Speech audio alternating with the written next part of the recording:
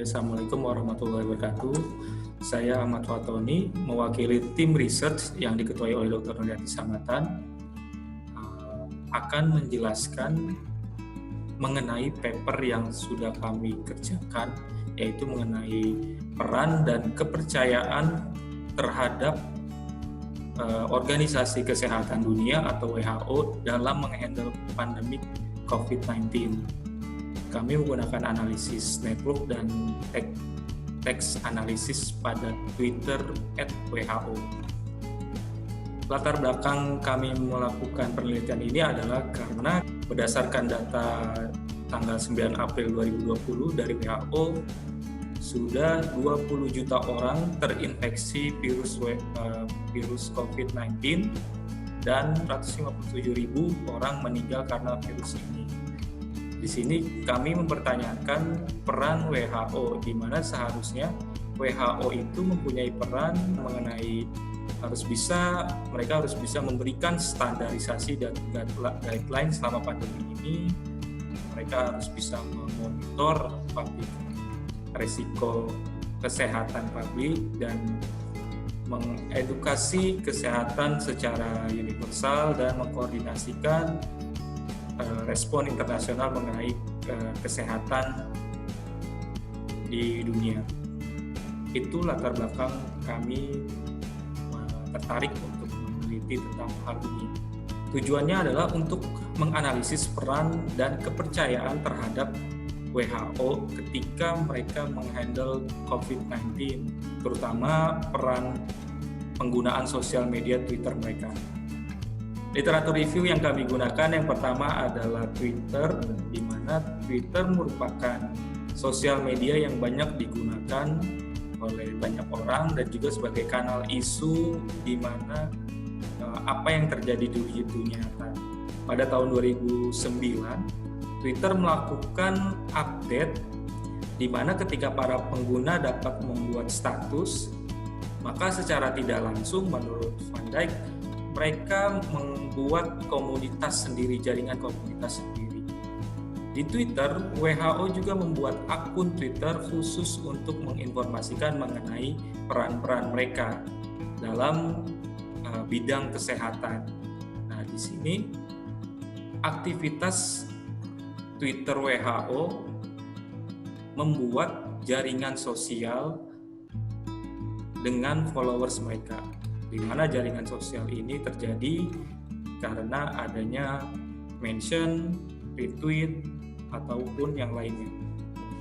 Social network atau jejaring sosial terdiri dari set yang terbatas dan hubungan, atau simpul atau ikatan yang mendefinisikan perilaku-perilaku mereka. Atau social network ini berfokus pada relasi yang terjadi antar aktor yang ada di dalam jaringan tersebut. Social network tidak melihat atribut terhadap aktor-aktor tersebut secara garis besar itu. Nah, dalam social network ada yang namanya link. Link itu adalah garis relasi. Relasi itu bisa dalam bentuk social relationship, sebuah informasi, interaksi, ataupun question. Jadi itu yang bisa digambarkan oleh link yang ada dalam jaringan sosial. Selanjutnya kami menggunakan teori sosial kapital. Mengapa kami menggunakan teori ini? Karena teori sosial kapital itu berfokus pada jaringan. Jadi modal sosial atau sosial kapital memfokuskan relasi atau hubungan sosial sebagai modal lain yang ada pada individu. Modal sosial adalah kemampuan dari aktor untuk menjamin manfaat dengan bertumbuh pada keanggotaan dalam jaringan sosial atau struktur-struktur sosial lain. Kenapa kita menggunakan teori ini? Karena kita beranggapan di zaman sekarang penyelesaian masalah itu tidak bisa diselesaikan sendiri. Mereka harus berkoordinasi, bekerja sama agar saling menguntungkan untuk menyelesaikan masalah, apalagi di masalah pandemi. WHO ini tidak bisa bekerja sama sendiri, mereka harus bisa bekerja bersama orang-orang atau organisasi yang ada di dunia. Untuk metodologinya, kami menggunakan mixed method, yaitu campuran antara kuanti dan kuali, di mana untuk kuantinya kami menggunakan SNA dengan bantuan website Netlytic dan software Gephi untuk menganalisis statistik jaringan serta teks analisis untuk kualitatifnya untuk melihat informasi apa saja yang masuk atau yang keluar dari akun WHO ini. Kami membandingkan 3 data. Kami mengambil 3 data sampel yaitu tanggal 20 Februari, tanggal 27 Maret, dan 9 Maret 2020. Hasilnya, seperti yang bisa Anda lihat, di sini ada perbandingan 3 jaringan pada waktu yang berbeda. Pada 27 Februari, Maret tanggal 20, dan April tanggal 9. Jika kita lihat dari notes-nya, ada peningkatan aktor-aktor yang terhubung dengan akun WHO. Di Februari itu pandemi masih belum banyak di beberapa negara, makanya hanya sedikit aktor-aktor, namun semakin hari, semakin berpindah bulan, aktornya itu semakin banyak. Di April tanggal 9 kami mendapatkan ada 3.795 aktor. Kami juga melihat perbandingan level sistem jaringan akun WHO ini. Bisa dilihat dari diameternya masih terlihat sama, 3, jadi orang bisa menjangkau, atau dalam analoginya jika ingin berkomunikasi dengan WHO, jarak terjauhnya itu 3 langkah atau 3 orang.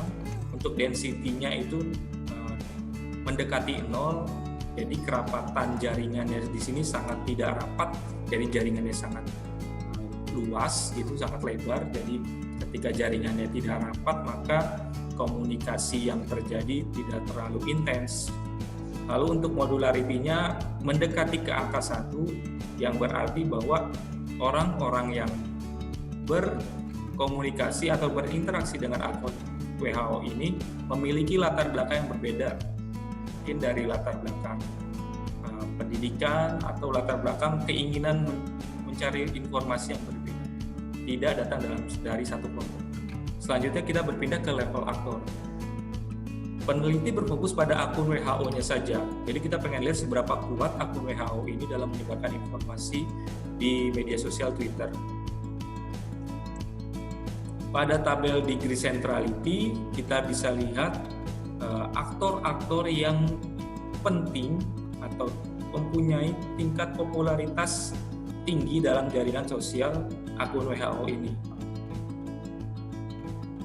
Akun WHO menjadi aktor yang paling penting, yaitu sesuai dengan peran mereka, di mana mereka yang bertanggung jawab dalam mengatasi dan mengendalikan pandemi COVID-19 ini. Selain akun WHO, ada akun Dr. Tedros yang merupakan General Manager dari WHO, dan akun CDC Gov. CDC Gov ini merupakan akun Center of Disease Control and Prevention. Jadi 3 akun ini yang menjadi aktor penting dalam jaringan akun WHO. Untuk eigenvector centrality, kita bisa lihat dari perbandingan 3 tabel tersebut, kembali akun WHO menjadi aktor yang paling populer dalam jaringan ini. Sama seperti degree, selain WHO ada Dr. Tedros dan CDC Government. Nah, dari analisis jaringan sosial ini kita bisa ketahui bahwa akun WHO ini benar-benar penting dalam jaringannya, di mana dalam masa pandemi ini seluruh pengguna Twitter mencari informasi mengenai pandemi ini ke akun WHO, sehingga akun WHO ini sangat penting di era pandemi saat ini. Selanjutnya kita beralih ke informasi yang ada di jaringan sosial akun Twitter WHO. Pada tanggal 27 Februari 2020, kami sudah mengkelompokkan ada beberapa informasi yang sering ditanyakan ke akun WHO atau informasi yang dikeluarkan WHO melalui akun Twitter mereka. Yang pertama, para pengguna Twitter mempertanyakan kepada WHO informasi mengenai SOP atau cara menanggulangi COVID-19 ini. Yang kedua, informasi mengenai penyebaran COVID-19 di beberapa negara Timur Tengah dan menyebar ke beberapa negara yang di sekitarnya. Yang ketiga, informasi mengenai corona sebagai pandemi. Di sini pengguna Twitter mempertanyakan corona itu seharusnya sudah menjadi pandemi. Yang keempat, menuduh Cina sebagai teroris karena mereka menyembunyikan data korban atau orang yang terinfeksi virus corona. Yang kelima, menyerang WHO dengan tuduhan bahwa WHO dan General Director WHO itu Dr. Tedros tidak bekerja dengan baik untuk menghentikan penyebaran virus COVID-19. Selanjutnya yang keenam adalah tuduhan terhadap WHO bahwa WHO ini bekerja sama dengan Cina atau memproteksi Cina. Nah, tuduhan ini banyak sekali, yang paling banyak dituduhkan oleh pengguna Twitter. Informasi pada tanggal 20 Maret dan 9 April hampir sama tuduhan-tuduhan yang di atas karena tidak ada jawaban dari WHO, maka tuduhan itu masih berlanjut di Maret 20 dan April 9, 2020.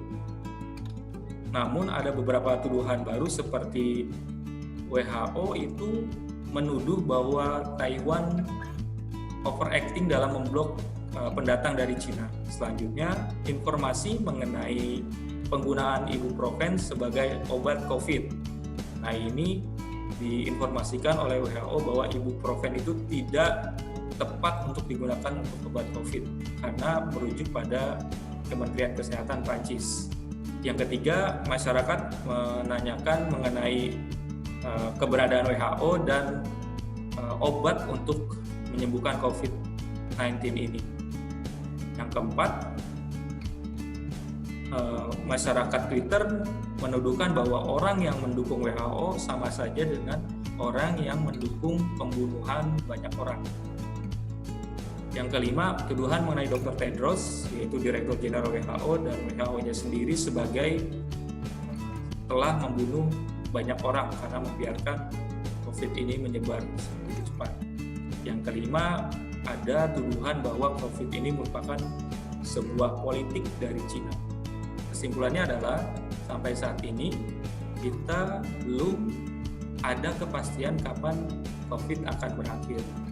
Nah, WHO ini punya peran penting dalam mengendalikan pandemi saat ini, di mana ketika kalau WHO perannya masih kurang, apalagi di media sosial, maka akan banyak informasi-informasi yang tidak benar mengenai COVID ini bertebaran di media sosial. Hasil penelitian menunjukkan bahwa frekuensi tweet mengenai pandemi ini sangat kurang di akun WHO tersebut, padahal dampak pandemi sudah menyebar ke seluruh dunia.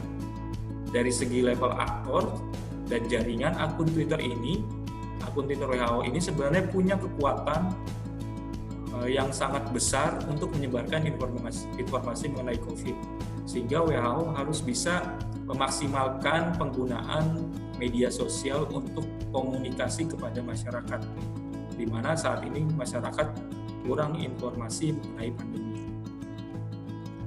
Dan selanjutnya, agar WHO menjawab seluruh tuduhan-tuduhan yang ditujukan kepada mereka dari masyarakat, sehingga dengan menjawab tuduhan tersebut, masyarakat memiliki kepercayaan tinggi terhadap WHO dalam menyelesaikan COVID-19 ini atau COVID-19 ini.